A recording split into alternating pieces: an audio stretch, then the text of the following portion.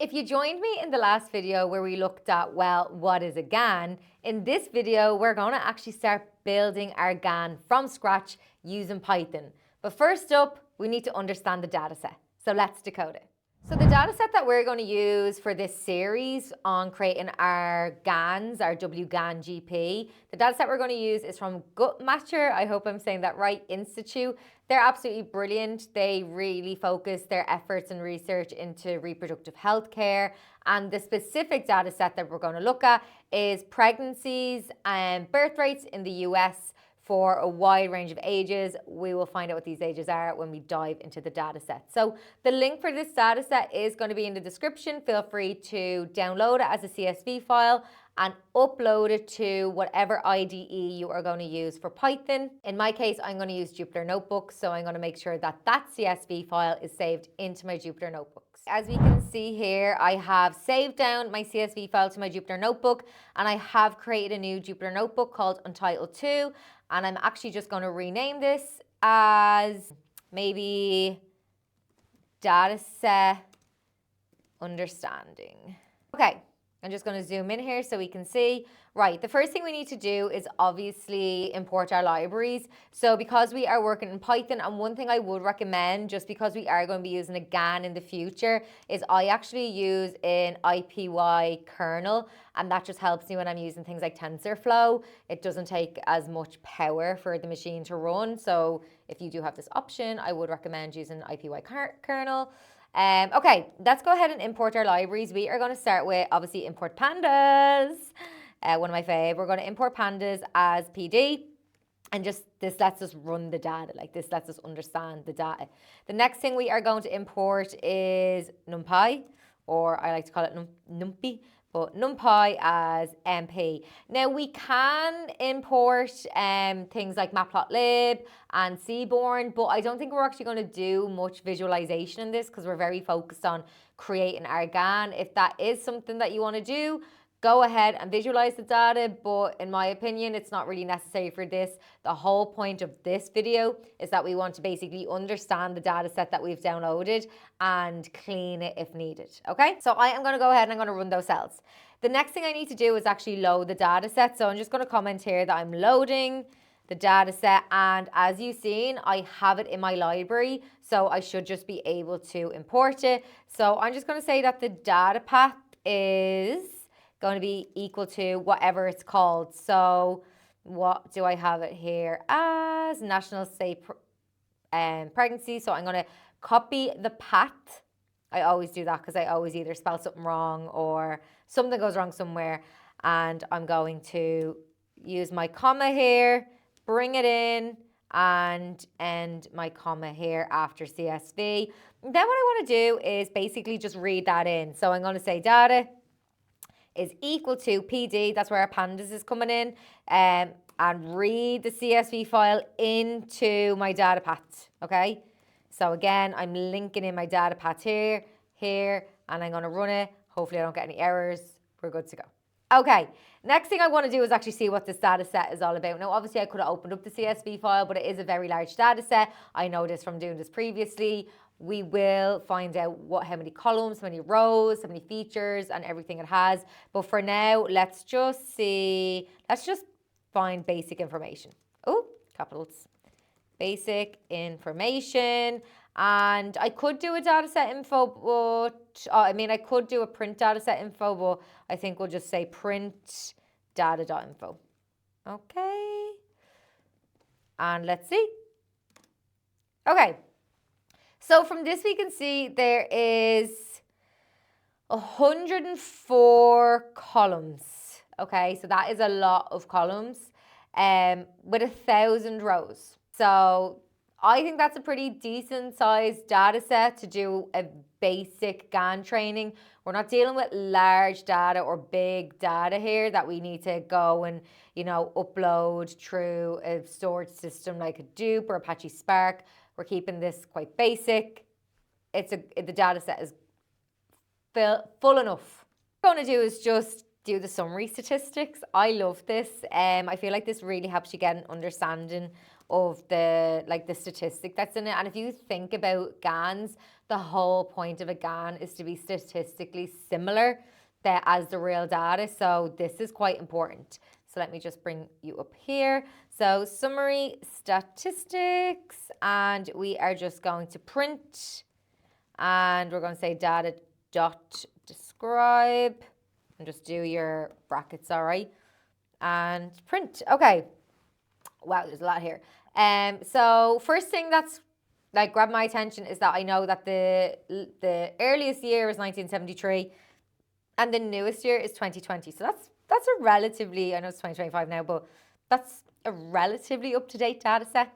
And then obviously there's so much information here. We can see that we have the pregnancy rate less than 15, pregnancy rate 15 to 17, pregnancy rate 18 to 19.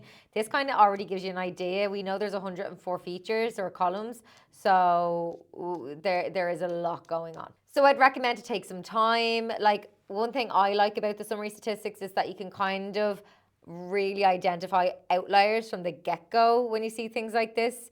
So you can see here, like the minimum was 64, the most is 159, or like here the minimum was 4, the most is 79. So, you know, there's some outliers there. But the next thing I want to do is I just kind of want to get all these columns into a list. So what I'm going to do is just basically say print all of my data dot column. I say column really weird. Column, I don't know how to really say it. Columns dot to list. And then I am going to, okay, so, you know, we can see this from up here. This isn't a game changer, but for me, it's kind of nice to just have all of them in one place. The reason for this as well is that when we go and create our GAN, it's going to be really important that our GAN has the same feature titles as our original data set. So when I was doing this for other projects, I always found that I'd go back to my column list to see why the data sets weren't matching, and I was able to quickly identify it because I had this list in front of me. Next thing we're going to do is just print the head. I don't know if this is needed here, but I kind of just like to do this. It's a habit that I've gotten into, and I just like to keep with it. It's like, I don't know if anyone out there has like weird coding practices that they do, and mine is just always printing the head. And I'll tell you why I like to do this. It is because it gives you a nice kind of overview of the CSV file, obviously in Python.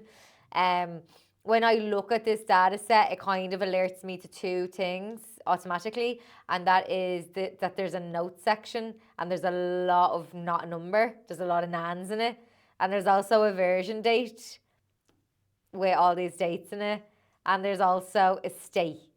Okay, so I know here, right here, that this is probably going to be an issue. I'm going to have to one-hot encode it, because obviously for GANs and for deep learning and for machine learning, you cannot create statistical models on letters. They have to be numerical. So I'm going to have to one-hot encode this. So I already know that looking at this now. And I know here that I'm going to have to clean up the data set, right? Because I have nans, I have version dates, I have stuff here that I don't need.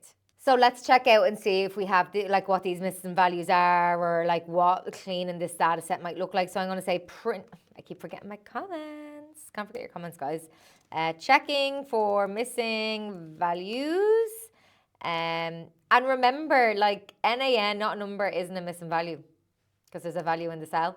So let's type in print, and we are going to say data as always, data, and then we're going to just check is null. We're going to check is any of it null. And again, this is why NaN won't come up as null, because it technically has a filled value. Is null, and we're going to say dot sum, and again, our brackets are really important. Let's run that. Okay, we can see that pregnancy rate less than 15 has 11 missing values. So what we need to do is we basically need to make a decision, right?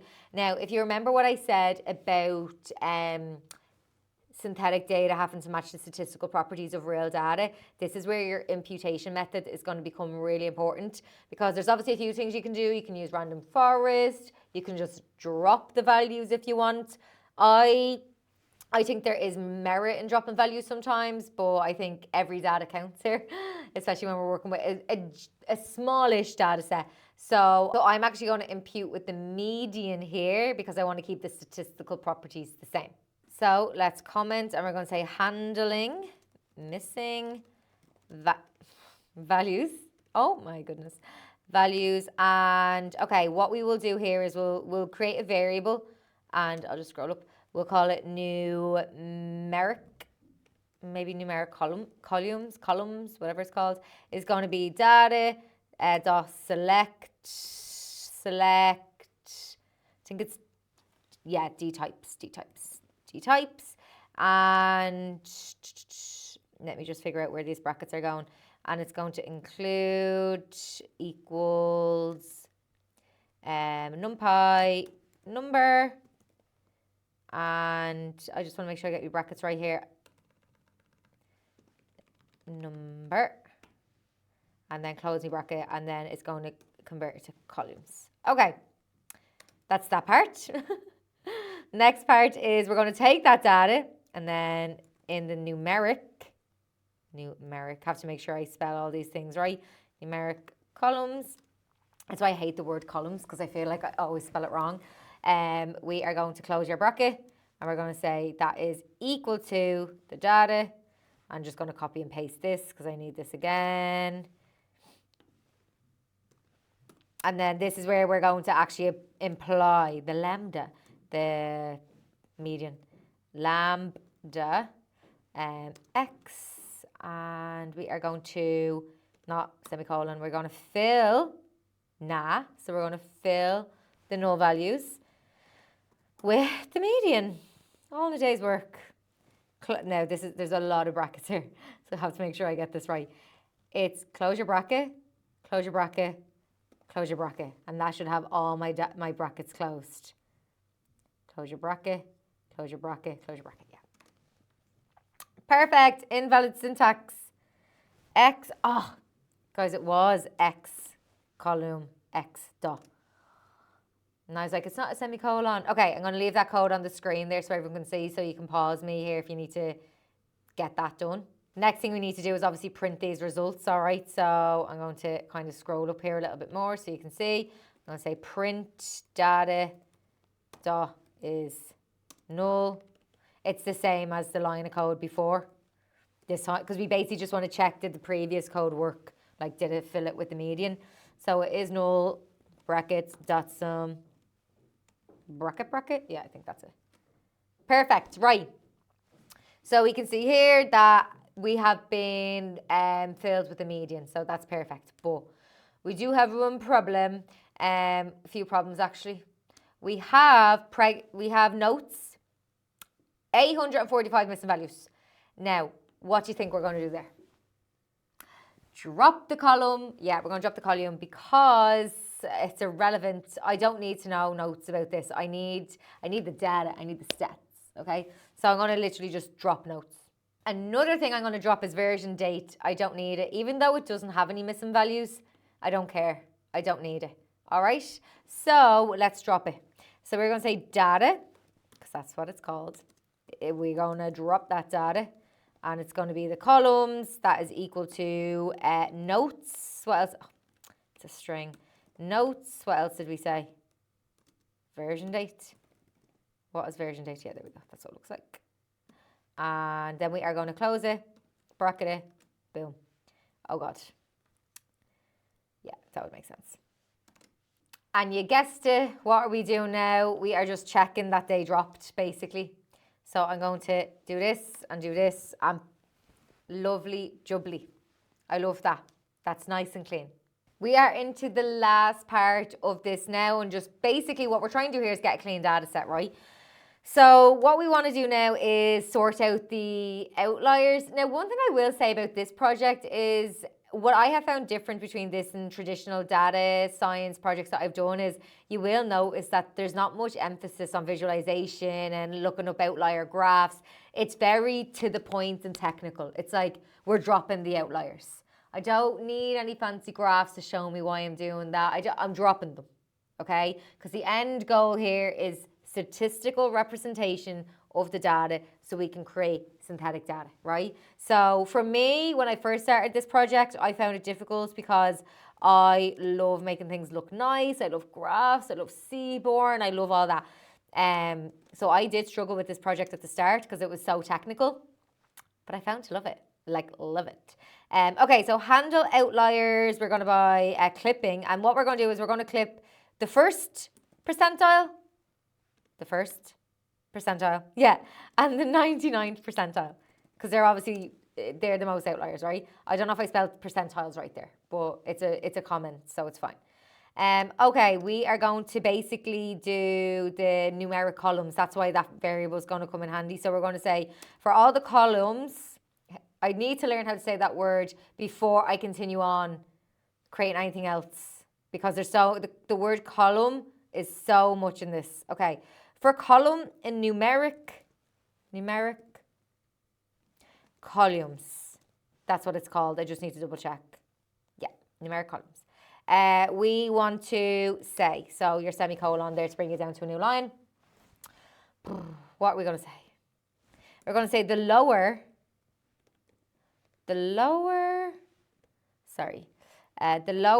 percentile. I'm just going to call it lower because I'm not going to spell percentile.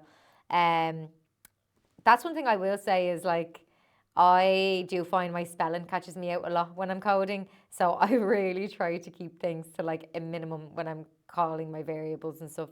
So the data in the call, and then we just basically, the code for this is your quantile,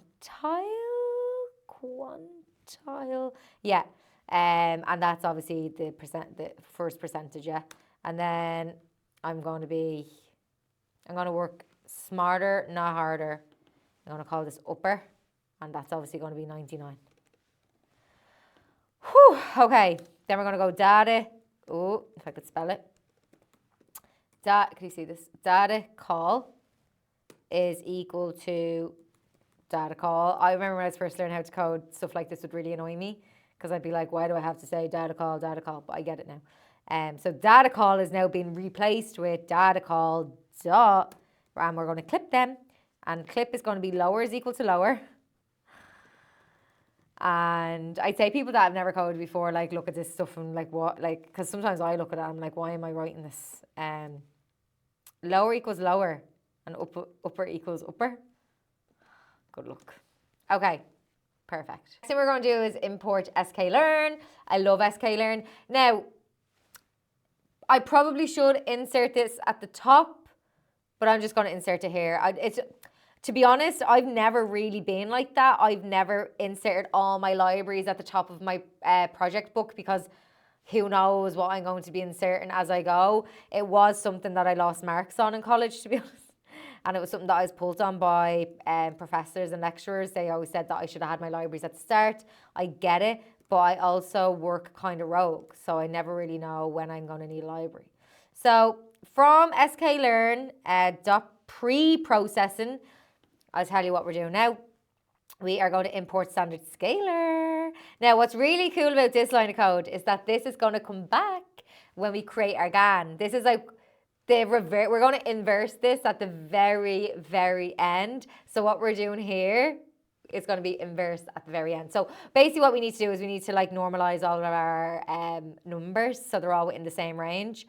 So we are going to say, we're going to make the word scalar, or the variable scalar, equal to standard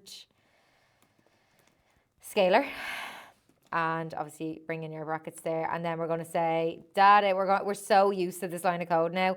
Data numeric columns is that right? Yeah, is equal to scalar dot fit what? Fit transformation. And then a lot of brackets here, guys, so just watch up closely for this part. It is data. It's the same. It's data. I'm just going to copy it, honestly. Data numeric columns, close your bracket, and there we go. Okay, so what we literally are doing here is we're just, oh no. One eternity later. Do you know what I done? I said fit transformation instead of fit transform. It's a long day. Oh my God, and I left an A there. People who code will understand what I'm going through right now. Okay, next part. So remember, as I said, we're going to inverse this at the end. This is basically just to standardize all of our numbers, all right? Next thing we're going to do is basically just save this data set down now as a new data set. And this new data set is what we're going to build our synthetic data on, right? So it's just the traditional, I'm going to call it clean, because we cleaned it. Clean data pat, maybe. It's very long, but let's just go with it. Clean data pat is equal to, and it's equal to this bad boy up here. Probably would have taken me less time to type it, do you think? And we're going to go down, down, down, and close it off. And we are going to say data dot to CSV. Data to CSV is going to be our cleaned, I'm copying it, not typing it all. Our cleaned data pat, just index it as false, right? False. Okay, so then we just literally save that down. And I am going to just double check that this is right. Well, first of all, I'm going to check if it did save down. You can see there, sorry, my screen's very zoomed in, but 45 seconds ago, this was resaved. So that's perfect. In our next video, we are going to take this clean data set and create synthetic data from this using Python with a wgan GP. So if this is something you're interested in, definitely like and subscribe, and I'll see you in the next video.